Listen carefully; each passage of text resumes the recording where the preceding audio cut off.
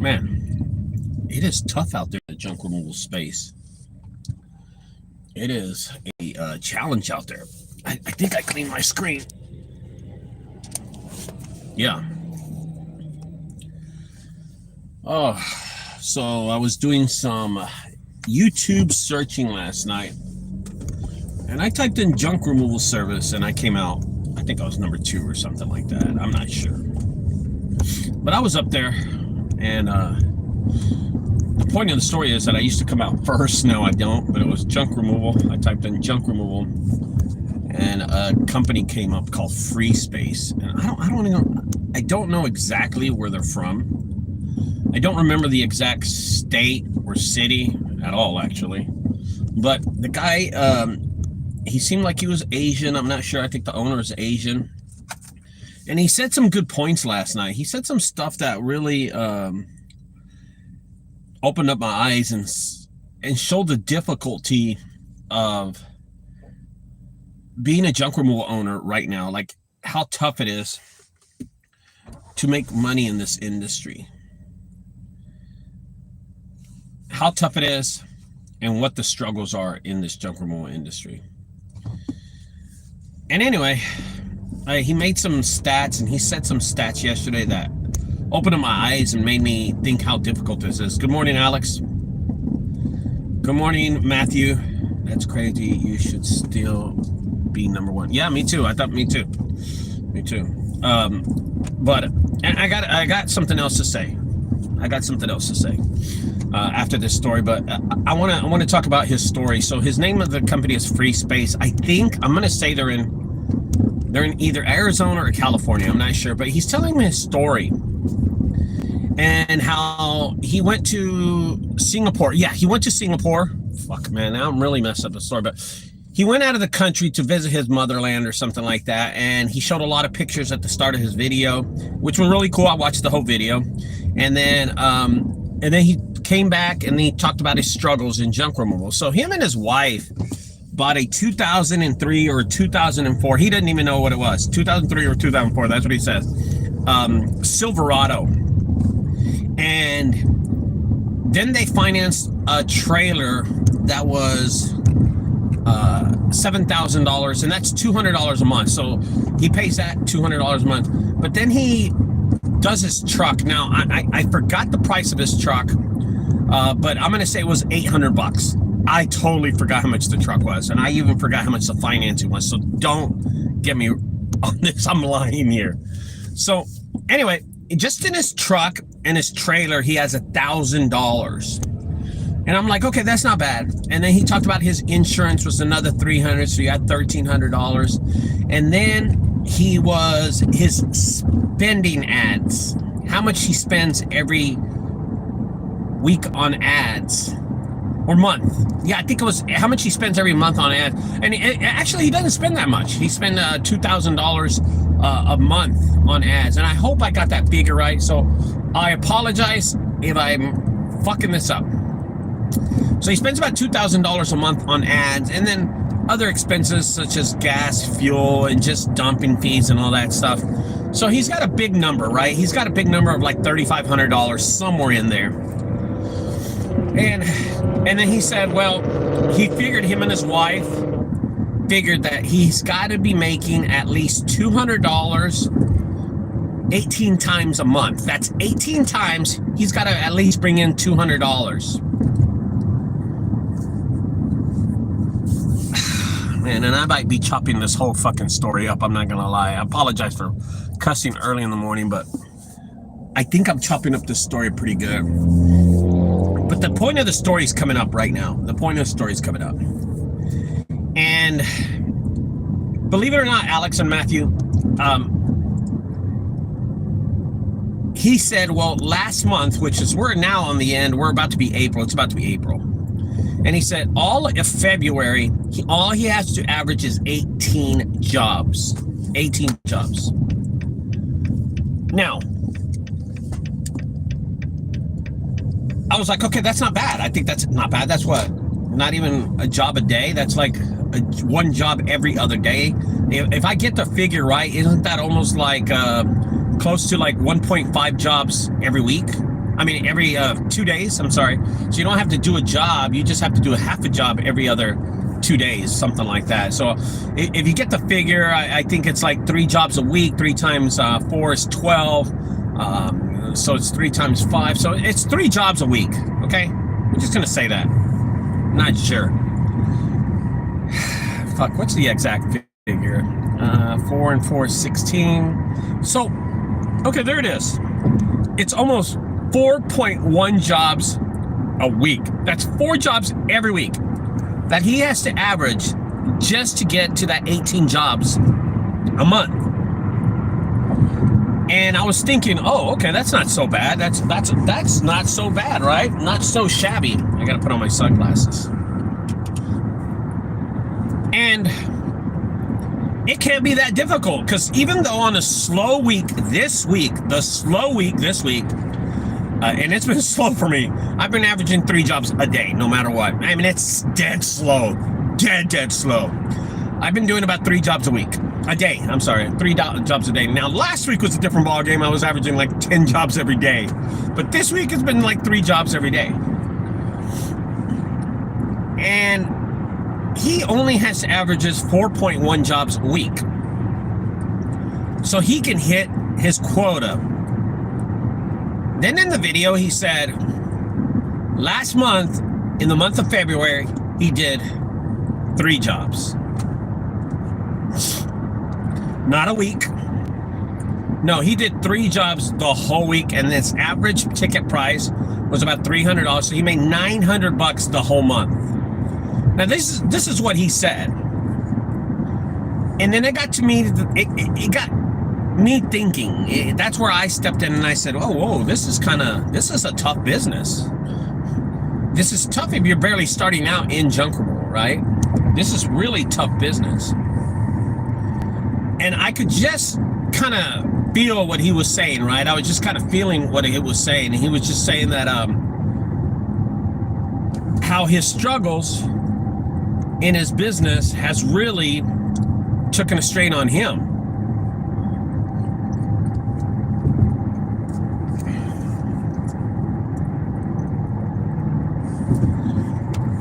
And how it's hard for him to realize how many jobs he has to do just to stay afloat, just to break the break-even point. He said 4.1 jobs a week. That means like almost every other day, I guess, or 7 days out of the week. Almost every other day he has to get a job. Mountain Life, what's up, man?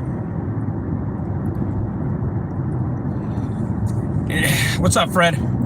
And this made me think. Today, for instance, I only have 3 jobs on the schedule. 3 jobs, that's all I got. And I'm disappointed. Now, my son who took the jobs away from me, he's got about 8 today. 8 jobs. My son is doing 8 jobs today. And those jobs should be my jobs. I gave him to my son, and then he picks up his own jobs too. That's what's crazy. People call my son. That's what's really crazy.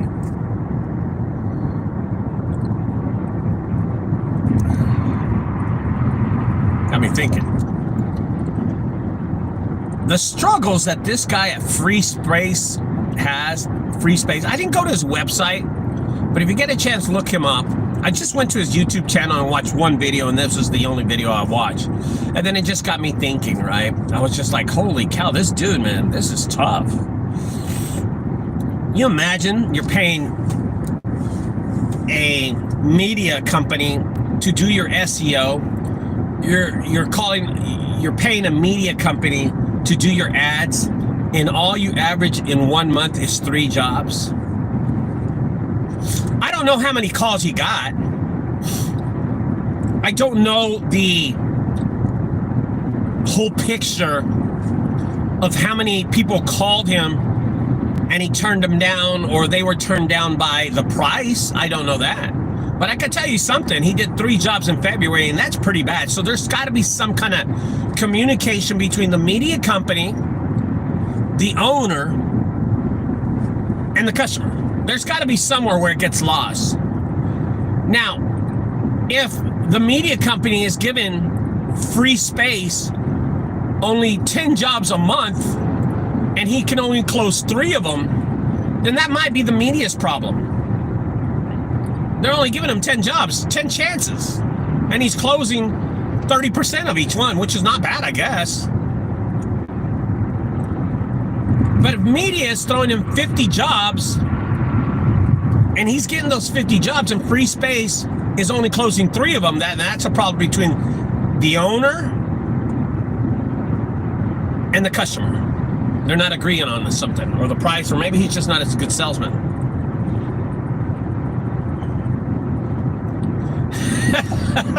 Alex makes a good point. Alex can be broke himself and not pay a media group to make him go broke. That's a great point. That's a great point.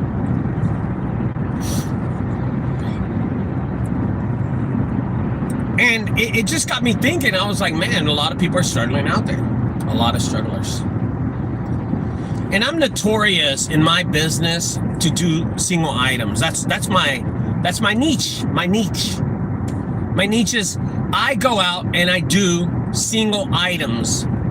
And that's how I make my living.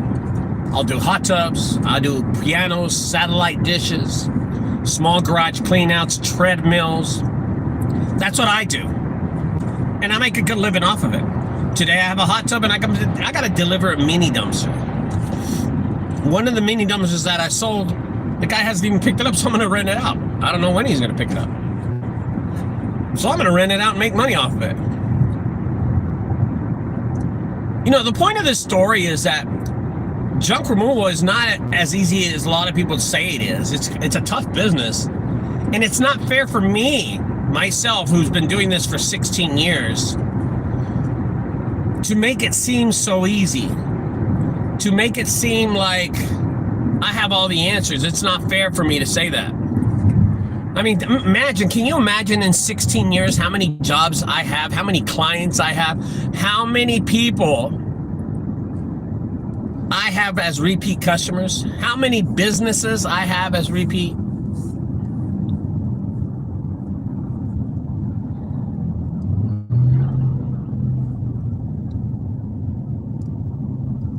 It's crazy. It's just crazy. It makes me think of the struggles that a person can have, and the strain in the relationship, and the strain and stress at the house. Thank God I started this a long time ago, not when there was a lot of competition. Man, that car next to me is all keyed. Oh, it says fuck. The side of that car says fuck. Dude, you gotta piss off somebody pretty bad for them to key your car. I was watching okay, so that's free space. Then I was watching a local guy here in this area, right? And he was talking about how he just bought a new truck. They have 2 trucks now. He was just talking about how he bought a new truck and how his call center, he's got a call center. Then he is expanding, and he just got some big warehouse space, and he's going to expand to a warehouse and all this stuff. And I was just thinking, brother, you're making money now. It's because it's him. You know, no, he started talking about like the morning meetings that he has with his employees, and that he just recently moved to the truck. So he was out in the world doing jobs like I do daily, and then now he just recently moved to the truck. He just did it recently. Now he's been only in business for like 2 years, okay? And he just recently moved to the truck, and now he's on the truck 24/7. And he's got another truck. He just bought another truck. And he was talking about his morning meetings with his employees. And he's getting a warehouse, and he's going to pay cash for it and stuff. And man, congratulations to this guy. But the realization that you are making money when you are by yourself is one thing. That is one thing. When you start hiring people and you start buying trucks, and you start paying insurance, and you start paying things cash, the money bleeds. I don't care how much you're bringing in. I don't really care how much you're bringing in. The money starts bleeding. You need to have some kind of world-like investor like WeWork or something. I don't know, man. To just funnel money into you, so every time you'll eventually make money somehow. And then I was seeing his video, this guy's video, and I started realizing that this guy kind of does the same thing I do. He goes after the small jobs, and he kind of pipeline his business towards what I do. And I just started researching, what he does, kind of examining his whole little thing that he does, because it's a video. And I realized that he does small jobs. And it got me thinking, man, I've been doing small jobs for a long time, and I never really concentrate on the big jobs. And the last week, I saw this guy's video, by the way, last week. I saw Free Spaces last night. I just want to say that, but it settled on me. It took me a while to do a video like this anyway. And it settled on me that regardless whatever happens, that these small jobs will always be there. The hot tub, I'll always be ranked #1 on hot tub, because I'm just kicking them out, man. I'm just throwing shit out there. I'll always be #1 in hot tubs. I'll always be #1 in trampoline removals. I'll always be #1 in satellites, yes. And I'm always on the top page of other categories like hoarder house, evictions, but I'm not always doing them. So I average about 1 eviction every month. Now, January I did 7 of them, but I haven't done any. I don't think I did any in February. In March, I definitely hasn't had one. But I do an eviction at least 15 times a year, more than that, maybe. I don't keep track, to be honest with you. That number could be off. It could be more or less. I'm not sure. I just do a lot of evictions. Hell, if you go to my channel, you can see I have hundreds of eviction videos, hundreds of them. And the hoarding videos that I do are kind of like eviction. They're big paydays. They're big paydays. So last night, and the last few nights also, so it's been about a week. I've been working on this on a week. I've been designing, well, first of all, I designed one website, one full website. I designed a whole website. And then I designed a special page on this website for eviction. I started Googling questions that were relevant. So what I did, this is kind of crazy, but what I did is I called my sister, Emily. I talked to my wife, and I talked to my mother. I called them up and I said, "Hey, Mom, if you're needing an eviction, I asked all these people the same question, by the way. If you need an eviction, what are the first things that you want from a junk removal service?" So if my mom is evicting somebody from her home, what are the first questions that she asks? What are the first questions that she asks for a crew that is going to clean her house during the eviction? So she's got the writ of possession, she's got the constable at the house, they're about to go in, but she needs to hire a company. They set her date for next Monday. And what do you want to ask a junk removal service? What are the questions when you call and pick up the phone? And you're not going to believe this. You are not going to believe this.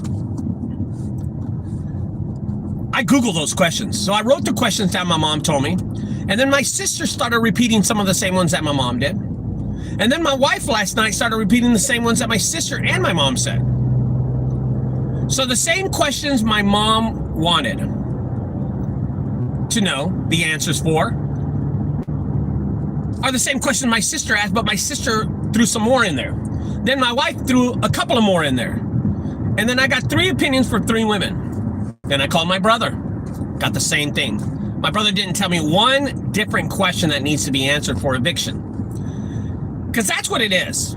I'm building an eviction process page about how the eviction process is handled. And I took all these questions that my sister and my mother and everybody was asking, and I Googled them. And believe it or not, nothing came out of Google. Not a damn thing. The process of serving somebody to do an eviction is online. And that's the writ of possession, the judgment and everything. But the junk removal end is not there. It doesn't exist. And that's what blew me away. I was like, wait a minute. So the top 2 questions that were asked to my sister, my mother, and my wife, and my brother, those 4, that's my group, you know what I mean? The top 2 questions is how much an eviction is and when are you available? The same thing as a junk removal. People want to know how much it's going to cost. And the third question is, what is the process? What is the process? And you know what? It's the same thing with the hot tub. It's crazy. So if you Google, what is the process of a junk removal service at an eviction, and you're just going to get lawyer stuff, you're going to get junk removal companies that are advertising eviction cleanouts. That's all you're going to get, but you're not going to get the actual definition. You're never going to get the definition. I Googled it last night. Not last night, a couple of nights ago. The price and when. How many guys are you going to use during an eviction? Does the owner need to bring any documentation to the eviction to let us in? How long is this eviction going to take? And what is my process when I get in there? How long is it going to take me? Why do we have to wait 24 hours for me to go back and pick it up the next day? Hey, when I go in there, the junk guys goes in to do an eviction. Where do I place all the items? Do I take them? No. Yeah, those were the questions. No, the number 1 was cost, number 2 when, and number 3 was the process. How is it done? Last night I built a page, and I took these questions and I started building this page, and it's a long page. I mean, man, it scrolled down. And I asked every question just as my parents did, and my mother and my wife and my brother asked the questions. How long does the process at an eviction cleanout take? I put that down and I answered it. I even answered how much an eviction costs. I put numbers down there. I did. I put numbers down there. And it's wild to think how I thought of those numbers. How much does an eviction cost when there's nothing in the house and it's empty? I made up a number for that too.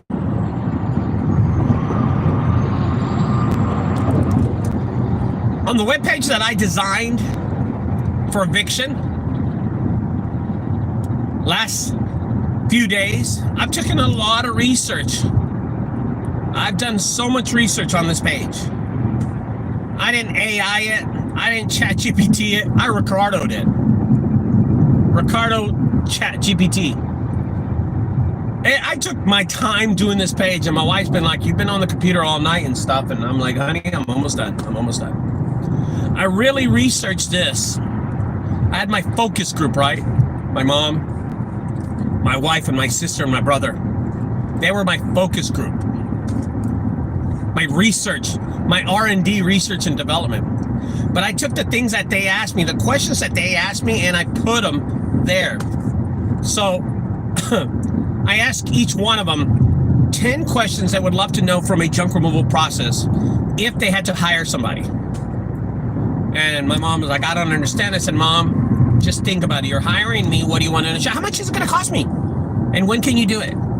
How do I do it? Who sets the date and time? I answered those effing questions, dude. I answered those questions. I Googled this last night. I Googled this myself. Who sets the time and date at an eviction cleanup?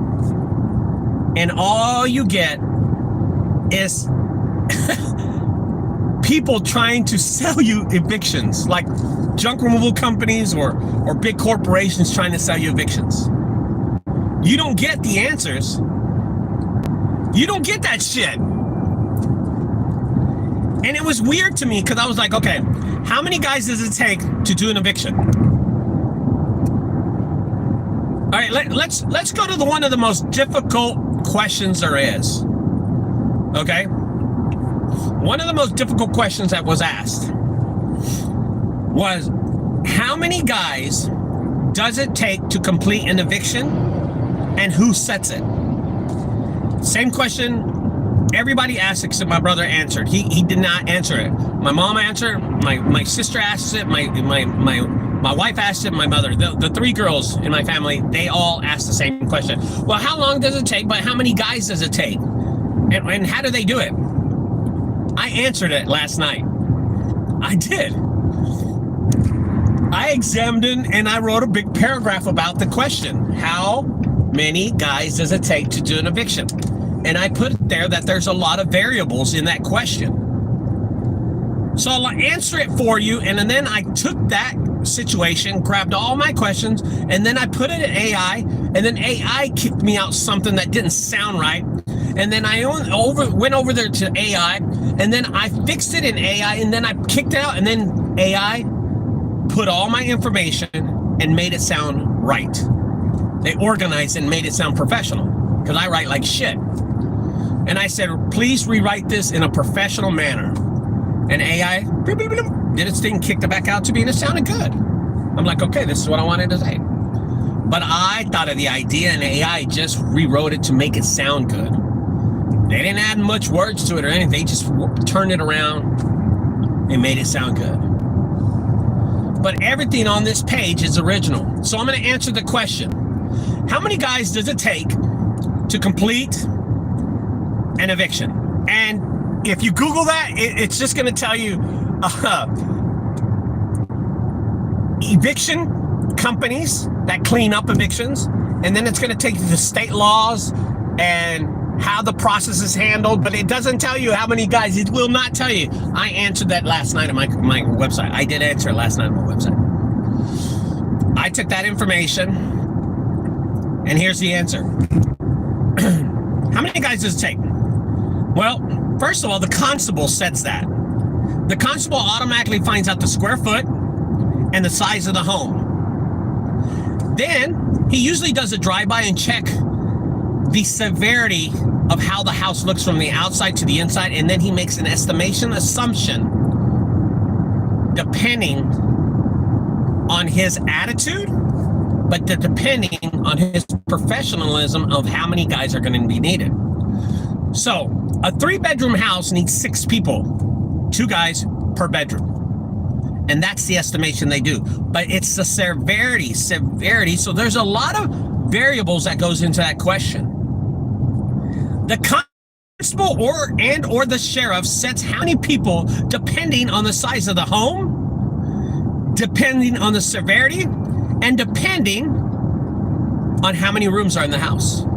That's who sets it, not me and not the owner. Then he goes around, the sheriff, and he tells the homeowner, hire a company and bring 6 guys with you. And then we get that from the homeowner, and we estimate a price of $100 per person that's coming out there to clean up that day. And that's how it works. Yeah, that's how it is. And I'm going to tell you, I wrote that shit down. I wrote it. It was a big paragraph, step by step by step. And I wrote it down, and it's on there. Those are the questions that really need to be asked in these evictions. Oh, it definitely makes sense. Yeah, it definitely makes sense. So the website has not been published. Little information was published about it last night. But I want to let everybody know that I'm doing the hard work for us. I'm doing the hard work for this community. I'm going to post this website pretty soon and get all those little variables. I even put prices down there about how much an estimated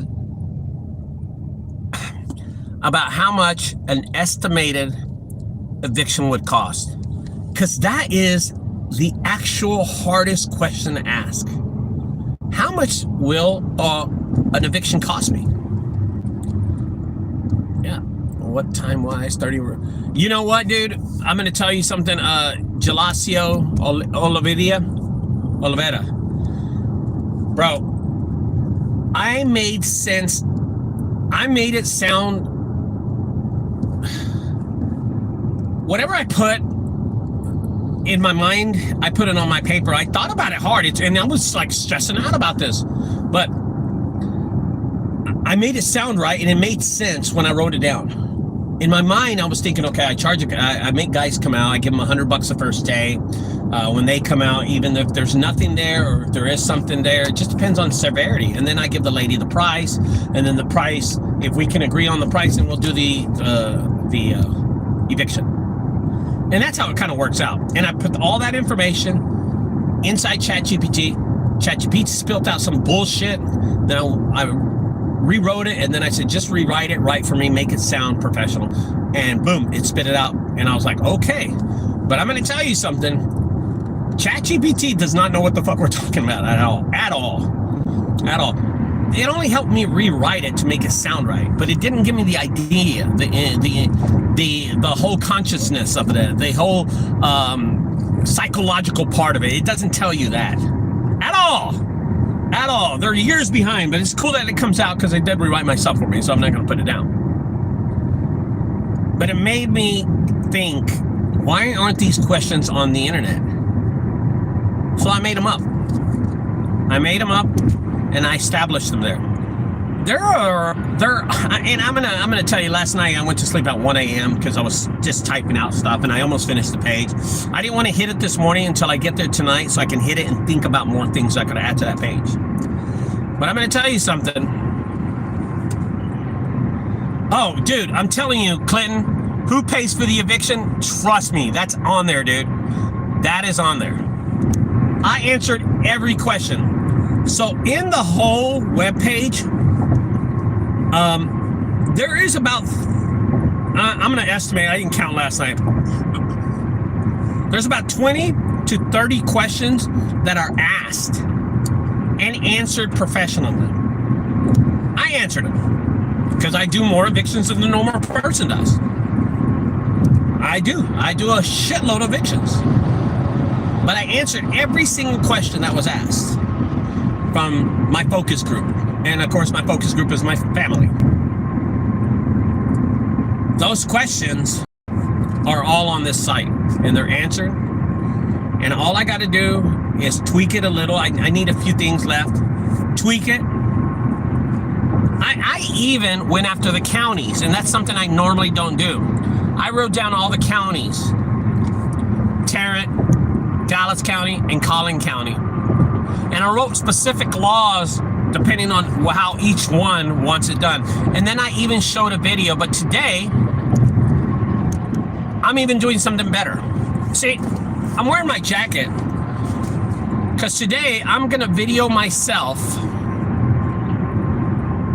speaking about the eviction, of how the eviction process actually works. And the questions and answers that were there on my website, I'm gonna answer them myself. And I'm going to do a video, and I'll be talking in the video. I'm going to answer them all. So each section of the eviction will have a video of me talking about that question and how it's answered. And that's what's going to be pretty cool. So I'm really going in debt on this page. I'm really going in debt. So for instance, how many men are needed, or how many guys are needed at an eviction? Well, I explained it at the bottom. Right next to that question will be a video of me actually talking about how many men will be needed at the eviction. If they don't want to read it, they can click on the video, and it'll be on YouTube, and it'll be me. It's pretty cool, huh? What do you think of that? I thought of that last night. So I'm going to film all those videos today. And Clinton, you said, who pays for the eviction? Exactly. That's one of the questions on there. Now think of a question. all 11 of us in this video right now, think of a question that you want to be asked, and then I'll tell you if I answered it, because there's over 30 questions. There's not a lot of questions that you can ask during eviction, but I grabbed about 20 to 30 of them and I put them on this webpage. So think really fast, and I'll answer it for you here, and I'll let you know if it's on the website. Because my focus group really worked hard on this. But I'm gonna do videos for about the top 10 questions. The top 10 questions on evictions. If you have a question that you can think of that's kind of about evictions, I'll tell you if I answered it. So in the chat right now, in the messages, just go ahead and ask that question, and I'll let you know if I answered it. So Clinton put the first one out, and then he said, who pays for the eviction? Okay? The homeowner does, of course. The property owner of the house, the home, or the business. They pay for it. All right, let me see the next one. Ah, that's a great one. I answered that one. So here goes the next one. The homeowner or retailer pays depending on who's sitting. Okay, yeah, I answered that. Alex asked this question. How long do you get on the first day? Great question. I answered that question. So the answer to that question is the constable or sheriff will give you an amount of hours depending on the size of the house and the severity of the house. Who pays? The sheriff or the constable? The homeowner does, depending on the extra hours. So they allocate about 4 hours to clean a house, depending on the size of the house. So if the house is a big house, like 5-bedroom, 4-bedroom, they're gonna give you at least 4 to 6 hours. If it's a small one, like 2 to 3 bedroom or 2 bedrooms, they're only gonna give you like 3 hours to do it, 2 to 3 hours. So they're automatically tell the homeowner, you're gonna pay us for 3 hours to be out here on the 2-bedroom home. I answer that question. I answer the fucking question. It's crazy. I answer the question on the page. What do you do with all the medicine and pills that you find? Great question, okay? Medicines and pills that you find, all the medication are bagged. They're hazardous. So we bag them all and we put them outside in red bags. I answered the question. Now, the last time, I will tell you this, the last time we were in Frisco, Texas, we did an eviction, they told us to leave those behind. Yeah. Because there is no value in medications. So do not leave that stuff outside. Now, if you do, like I think I was in Arlington one time, I kicked a medication. They made me put it in a red bag. So that question can be asked twice. It can be answered twice, depending on the city, how they require it. But we had to put it in a red bag, and the cop went out to the car and he got a red bag because we didn't have one. And he made us bag it and put it outside. That's hazardous. But most of the time, about 90% of the time, you're not supposed to take that stuff outside. You leave it inside, such as the food. But that question is asked on this webpage. Isn't that crazy? I thought of shit like that. My mom asked that question, actually. What do you do with the knives and weapons? Okay, great question again. Knives and weapons are, honestly, if you found a gun, which we did, we found a gun, we found a knife, okay? Guns and knives are given to the sheriff, or they're left inside the house, but the guns are given to the sheriff, okay? Any guns that we found, and there's been 3 occasions where I did 3, these are great questions.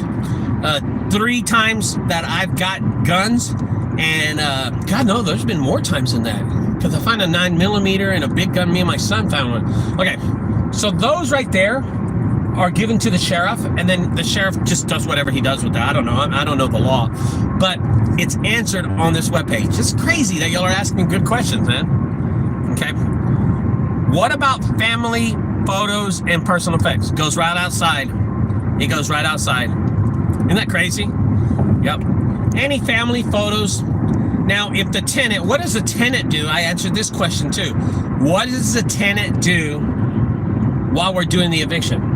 And that's totally up to the constable. I've had the constable allow tenants while we're taking stuff out to dig through their stuff, but we're just taking stuff out. They can't stop us. And we set stuff on the curb. We've sent photos. We said, no, that's totally up to the constable. Okay. Now, you know what's funny? That question was not answered. That is a question that I need to put on there. What happens to family photos? What happens to weapon? Man, I love these questions. I love these questions. There's one. See there? There's one that I'm going to add to the page. That is something really important. You know what I mean? That is something important.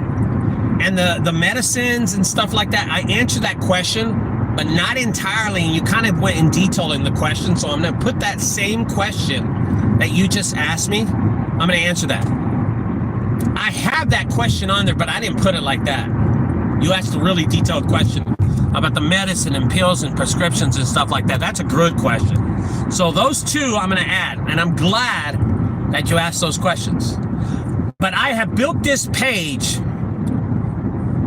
to work in an eviction to help me rank higher on Google. And the whole purpose is to rank higher and answer the real questions that people want to hear. Not the questions that corporate people want to hear. Not those questions. No, man. These are questions that normal American people like yourselves, me and you, want to ask. And I'm going to answer those questions. I'm going to answer. Those two are really good. What happens to weapons? What happens to medications? What happened to family photos? There you go. I didn't have the family photo one. I did have the medication one, and I do have the photo one. But the medication one was not asked properly on my end. Not your end, my end. But look at that. That's man, that's really, dude, I got to make notes. I got to make notes now. Now I got to make notes. What about money? Yeah, well, I put the estimation down there of money. I did. I made categories. So how I did it was really, I did it really cool. I put like a 1-bedroom apartment, 850 square feet, mild, 500 to 1,000, moderate, 2,000 to 4,000, extreme, 4,000 to 10. Yeah, I did that. $4,000 to $10, man. I'm telling you, I did this. And then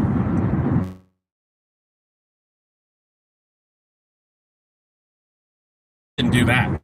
But I give 3 categories, and then each one of those categories were depending on square feet, bedrooms, and these are only estimations. I put mild, moderate, and extreme. That means they're fucking pigs, right? Right? The house is just moderate means medium, and then mild means not that bad. Mild, dirty. Mild, not a lot of furniture and stuff in there. How are damage claims against property or IM processed? You know what? That's a question that was not asked. Because Wally Con, I have never had that question. We have damaged people's stuff when we put it outside, but it's trash to us, Wally, and we put it out there. But I think that is a question that I need to answer on the webpage. That's a great question. That is great. I'm glad y'all are engaged in this, because this is what I need. Because I'm going to make this page so powerful to make it rank. You're asking questions that need to be asked. Now, I don't know what the answer is going to be, but how are damage claims? Now, Wally asked a great question. He said, how are damage claims against property or items processed? I've never had a claim against me. And to be honest, Wally, we broke a TV and we set it out there and we told the cop, and the cop was like, just keep moving. I'm like, okay. Because at that time, he wants it to get done. We need to finish this job, and that's it. That's all that matters. We need to get these people out. He's got a family he's got to go to, the sheriff does. And right now at this point, it's just about getting the stuff out. These people didn't pay. And I think that's how they look at it. It's a very prehistoric way to look at it. But that's how life is, right? That's how life is. But that's a great question. I'm gonna look at this video. So I got medicines. I got weapons. Medicines and weapons. How are they, what do you do with that stuff? Family photos. Family photos. I do answer the weapon one. Family photos, medicines, and now claims and process. That's a good question. I don't think there's an answer for that, Wally, but I'm going to assume that there might be one, I guess. But I'm going to ask it. I am going to ask it. Yeah, there is no claim. It's an eviction. Yeah, I figured that, but I think that I should answer the question, Olivera, and put the answer down. There are no claims since it's a state law eviction. You know what I mean? I think that's how it needs to be answered. Eviction notice was given to vacate the property. Yep, and take all the valuables and stuff. So I don't think that's a question I can answer, but I'm just going to do a generic answer. Now, here's the great thing about this. I'm building this page for us, for y'all, the people in the community of junk removal owners, because these are high-priced ticket items, services that we give. These are high-price ticket services that we provide for our customers, and we're not getting these jobs because the questions are not being answered. People Google the stuff like this. Hey, what happens to our belongings and our family photos and medicines during eviction? And there's no answer for it. If you Google that, it doesn't give you an answer. It doesn't give you a direct answer. And I want to be that bridge to the direct answer. I want to be that person. And that's why I built this page. The page is long. It is the longest page that I've ever built on a web page, ever. In 16 years that I've built websites, and I have a lot of them, I have never built a page this long. And when I put it out there, I'm going to do a video about it. I want everybody to go to it, take a look at it, and see what y'all like, and see if y'all can copy some information from it, and take your own information, spin it. I think you should. It's going to be awesome. I think I should be done with it. I think maybe by Friday, tomorrow. But now I got more questions. Y'all ask great effing questions, man. Y'all ask great questions. You know, the most generic questions are how much, when. I answer all those. So I'm glad y'all thought outside. Y'all thought outside the spectrum of what my family, my focus group did. My focus group didn't ask that. I'm glad that those are great questions. I'm going to grab those questions. I'm going to answer them on there. I'm going to put a big old question mark and then put those questions and answers. And I'm going to ask those questions. And then I'm going to answer them the best ability I have. That's awesome. So y'all stay tuned to this video, to my other videos, because I am going to answer those questions for our community, so you can add them to your website. I'm going to do that. Anyway, guys, this turned out to be a long video because I was thinking of stuff, but I'm going to take this. I'm going to make notes right now, right after I get off the phone. So I need this phone so I can make my notes. When I take these pages and design them, I think hard into them. I really do. And I answer all the questions. So anyway, guys, I appreciate y'all staying tuned to this channel. Don't forget to subscribe. I haven't put a video out in a while. I think it's been 2 days. I say a while, but it's only been 2 days. I've been watching too many people's videos. And I will see you later. Okay, guys, have a great day. Bye-bye.